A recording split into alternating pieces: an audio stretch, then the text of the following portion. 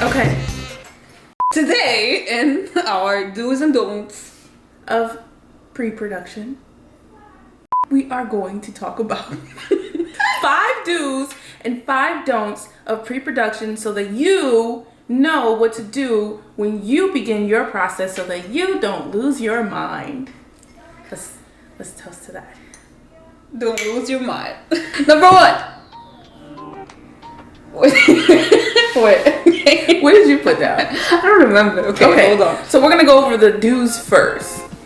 So the do number 1, you want to make sure that you have everything set and locked with your script.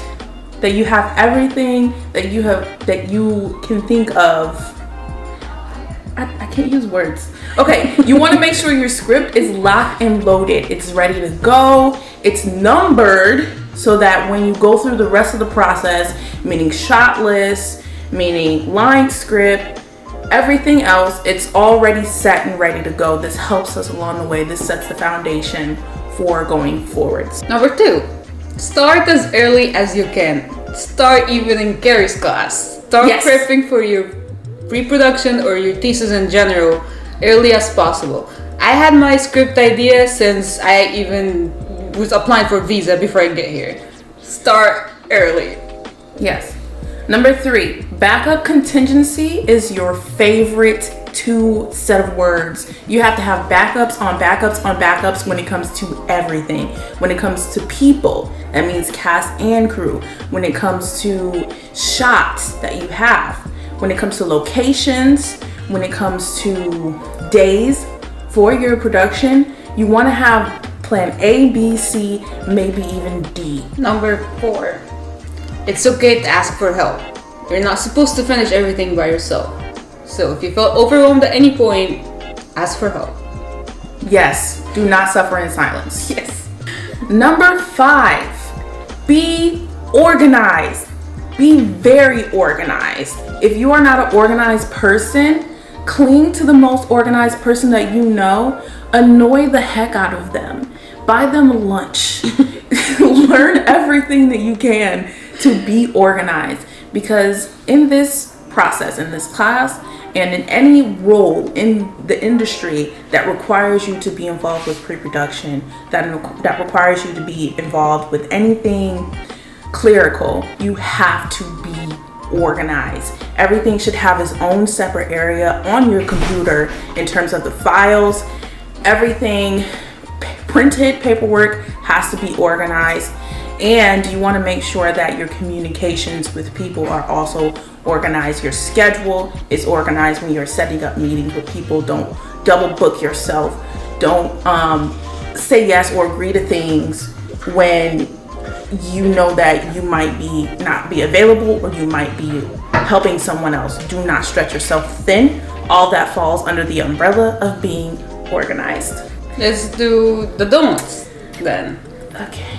Number 1, don't overschedule your days. If you have more than what we are allowed to do, which is 12 shots a day, don't try to jam everything in 2-3 days. If you need 4, do 4. If you need 5, do 5. Don't overschedule shots, because guess what? You're gonna get on set, your first AD is not gonna be happy, and it's gonna rush you out. Number 2, do not procrastinate at any point. If you feel like, oh, you know what? This is actually pretty simple. I'll do it tomorrow. You won't. True story. You won't. You will be emailing, hey Bird,